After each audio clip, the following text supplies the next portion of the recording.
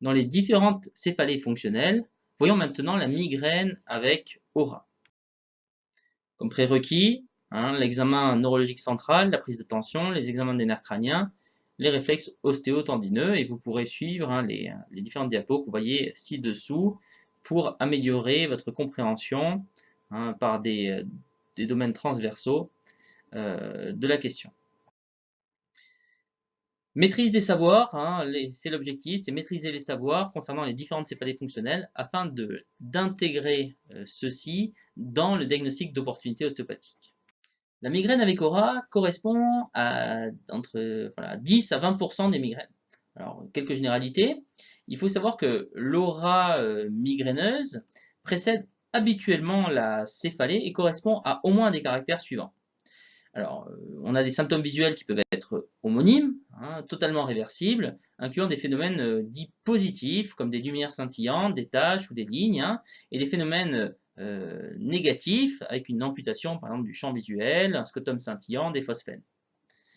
On peut avoir aussi d'autres caractères, comme les symptômes sensoriels unilatéraux, totalement réversibles, incluant donc des phénomènes positifs, comme une sensation de piqûre d'épingle, et ou négatifs, avec des paresthésies, des engourdissements.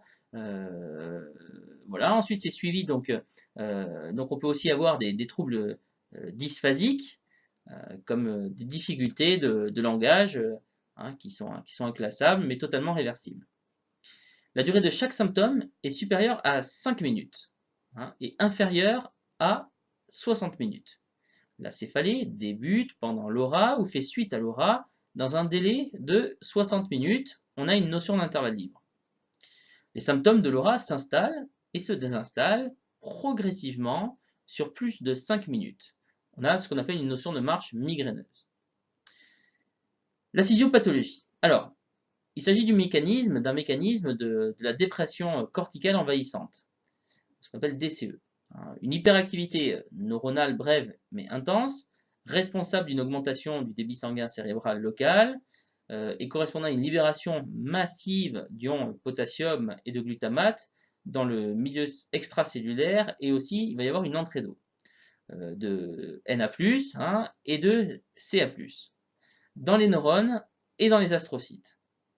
Ce phénomène se propage lentement sur le cortex à une vitesse de 2 à 6 mm par seconde.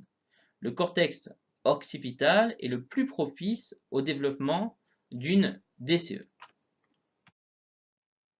Alors, le traitement de la migraine. Le traitement de la migraine, il y a des traitements qui vont être spécifiques et des traitements qui vont être non spécifiques. Alors, les traitements non spécifiques, on peut avoir des antalgiques comme le paracétamol, l'aspirine, voilà. On peut avoir des AINS, l'ibuprofène, le naproxène, le kétoprophène, le pyrprophène, le diclofénac. On peut avoir aussi des opiacés, des antalgiques opiacés comme la codéine, le tramadol, la morphine. En ce qui concerne les traitements donc dits spécifiques, on va avoir les dérivés de l'ergot de seigle, qui sont des vasoconstricteurs puissants, avec l'ergotamine, le dihydroergotamine. On va avoir aussi donc, les triptans, le sumatriptan, l'imigrane, le zolmitriptan, le zomig, le naratriptan, le naramig, l'élitriptan, Ralpax, almotriptan, qu'on trouve sous le nom d'almogran. Alors, ce sont des agonistes sérotoninergiques, qui ont une haute affinité pour les récepteurs 5-HT1B D. Ils ont une double action, une action de vasoconstriction des vaisseaux méningés pendant la crise migraineuse et une inhibition de l'inflammation neurogène. Le traitement prophylactique.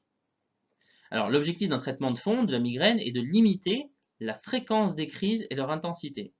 Ce traitement est réservé aux patients qui présentent plus de 3 à 4 crises par mois. Là, on a 6 classes pharmacologiques. On va avoir les bêta-bloquants, le propanolol. On va avoir les antisérotoninergiques, le samigran, le nocertone. On peut avoir les antagonistes calciques, le sibélium, l'isoptine, les antiépileptiques, hein, la dépakine, l'épitomax, le neurontin, les antidépresseurs, le laroxyl, voilà, et les AINS, et le dihydroergotamine, Séglor ou Icaran.